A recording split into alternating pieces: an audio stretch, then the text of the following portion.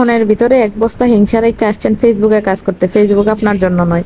যারা ফেসবুকের মধ্যে কাজ করবেন তাদের মনটা একটু উদার রাখতে হয়। এরকম অনেক অনেক বড় বড় বক্তব্য অনেকেই দিয়ে থাকেন, কিন্তু বক্তব্যের পেছনে অনেকটা কারণ আছে। তো চলুন আজকের ভিডিওটা শুরু করে দিয়েছি। তো এই প্রথমেই আমরা একটু ডাক্তারের কাছে গিয়েছিলাম। আমার গতকালকে রিপোর্ট ছিল, এটা দেখানোর জন্য ডাক্তারের রওনা দিয়ে দিয়েছিলাম। তো ওইটা থেকে আসতে আসতে অনেক বেলা হয়ে গেল। আর মামনি দেখেন একবারে ঝিঙ্কু সাজে রেডি হয়ে গিয়েছে, চশমা, তারপর হচ্ছে হাতের ঘড়ি, সবকিছু কিন্তু সে তার নিজের পছন্দ মতো। তার থেকে বাসায় ফেরার পরই দেখলাম একটু ক্ষুধা লাগতেছে, আর মামনিও কিছু খেয়ে যায়নি, সেজন্য ভাবলাম নুডলস বানিয়ে নিই। আমি দিনেও সচরাচর খাই না, তো আজকে ভাবলাম যে অনেক দিন পরে নুডলস খাবো, খাওয়া হয়নি অনেকদিন। তো তাড়াতাড়ি করে নুডলসটা সিদ্ধ দিয়ে দিলাম, তারপরে একটু রসুন, পেঁয়াজ, কাঁচামরিচ দিয়ে দিলাম। রসুনটা অনেকেই দেন না, আমি একটু দিই, কারণ এটা দিলে একটু পাস্তা পাস্তা টাইপের স্মেল আসে। তারপর একটা ডিম দিয়ে ম্যাগি মশলা দিয়ে সুন্দর করে তাড়াতাড়ি করে হয়ে যায়। এটা খুব বেশি সময় লাগে না, সিদ্ধ হতে যতক্ষণ লাগে ততক্ষণ, আর পেঁয়াজ ভাজতে যতক্ষণ লাগে। তো খুব তাড়াতাড়ি করে বানিয়ে নিলাম। তো এরকম করে ঝটপট বানিয়ে হচ্ছে এই যে এক প্লেট নুডলস রেডি। অনেক দিন পরে খাবো, সেজন্য ভাবলাম একটু সস টসও নিয়ে নিই, এবং পরে নিয়েছিলাম। এদিকে মামনে বলতেছে একটা আম খাবে, সেজন্য ওকে আমি একটা আমও সুন্দর করে কেটে দিয়েছিলাম। এরকম চাইলেই আপনারা সহজেই নুডলস বানিয়ে যখন তখন ক্ষুধা মিটিয়ে নিতে পারেন।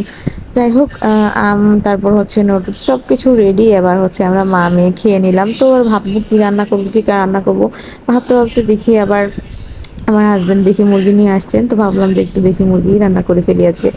তো যাই হোক, চটপট করে মশলাগুলো বেটে নিচ্ছিলাম। তো সবসময় তো আসলে ব্লেন্ডার হয় না, আর এখন কারেন্টের যে অবস্থায় 1 ঘন্টা থাকলে 4 ঘন্টা কারেন্ট থাকে না, সেজন্য হচ্ছে পাটাই ভরসা। পাটার মধ্যে হচ্ছে পেঁয়াজ, রসুন, আদা সুন্দর করে আমি একটু পেস্ট করে নিচ্ছিলাম। তো পাটার মধ্যে বেটে তরকারি রান্না করলে কিন্তু অন্যরকম একটা টেস্ট আসে, তাও দেশি মুরগি খুবই ভালো লাগে। যাই হোক, এটা সুন্দর করে আমি বেটে নিচ্ছিলাম। তো আজকাল তো সবাই হচ্ছে ব্লেন্ডার ইউজ করেন, অনেক দিনের রেখে দেন, কিন্তু আসলে ব্লেন্ডারে অনেক দিনের করে রেখে দিলে আমার কাছে কেন যেন মনে হয় যে স্মেলটা পাই না, আসল টেস্টটা পাই না।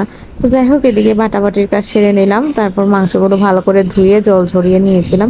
এরপর হচ্ছে আমি প্রেসার কুকারে রান্না করব, তাড়াতাড়ি রান্না করার জন্য অনেকটাই লেট হয়ে গিয়েছিল। তো মোটামুটি মশলাটা সুন্দর করে কষিয়ে দিলাম, সব রকম মশলাই দিয়ে দিয়েছিলাম। মশলাটা ভালো করে কষিয়ে তার মধ্যে দিয়ে দেবো মাংসগুলো। মুরগি এমনি মজা, তার উপর হচ্ছে একটু চর্বি তেলালা ছিল, কি যে মজা ছিল সে মুরগি খেতে। তো এমনিও মজা, তার উপর বাটা মশলায় রান্না করব। তো তাড়াতাড়ি করে চাপিয়ে দেওয়ার পরে এই যে তেলটা ছেড়ে এসেছে, এদিক দিয়ে হাতে সবগুলো কাজই গুছিয়ে নিচ্ছিলাম। এরকম করেই প্রতিনিয়ত কিন্তু রান্না করতে হয়। অনেকেই মনে করেন শুধু মনে হয় রান্না বান্নাই করি, কিন্তু অনেক কাজই করি, শুধু রান্না বান্না নয়। তো অনেক সুন্দরভাবে রান্না হয়ে গিয়েছিল, আর যেহেতু প্রেসার কুকারে দিয়েছিলাম খুব তাড়াতাড়ি হয়ে গিয়েছিল। কালারটাও দারুণ এসেছে, আর খুব সুন্দর করে সিদ্ধ হয়ে গিয়েছিল। তারপর মুরগির পেটের ভিতরে ছিল ডিম, ডিম কলিজা, এগুলোও কিন্তু আমি এরকম সুন্দর করে দিয়ে দিই। তবে এটা অবশ্যই দিই রান্না হওয়ার পরে, যাতে হচ্ছে জলের মধ্যে এটা সিদ্ধ হয়, যাতে এটা দেওয়ার পর বেশিক্ষণ জাল দিতে না হয়। সুন্দরভাবে এটা হয়ে যাওয়ার পরে এর মধ্যে একটু গরম মশলা আর একটু জিরে সুন্দরভাবে দিয়ে এটাকে একটু সময় কষিয়ে তারপর নামিয়ে নেবো আর কি, এবং তারপরে খেতে বসবো। তো যাই হোক, ফেসবুকে আসলেই কিন্তু হিংসা নিন্দা ভেতরে থাকলে কখনো আগানো যায় না। আর যাদের ভেতরে এসব নেই তারা কিন্তু অনেক দূর এগিয়ে যেতে পারেন। ফলো করে কখনো আনফলো কাউকে করবেন না, সুন্দরভাবে সবাই সবাইকে ভালোবাসা দিয়ে এগিয়ে যান, দেখবেন ফেসবুকে আসলেই কিন্তু সফলতা একদিন না একদিন চলে আসবে। তো এরকম দেশি মুরগি আমার খুবই ভালো লাগে, আর কালকে রান্নাটাও কিন্তু অনবদ্য হয়েছিল।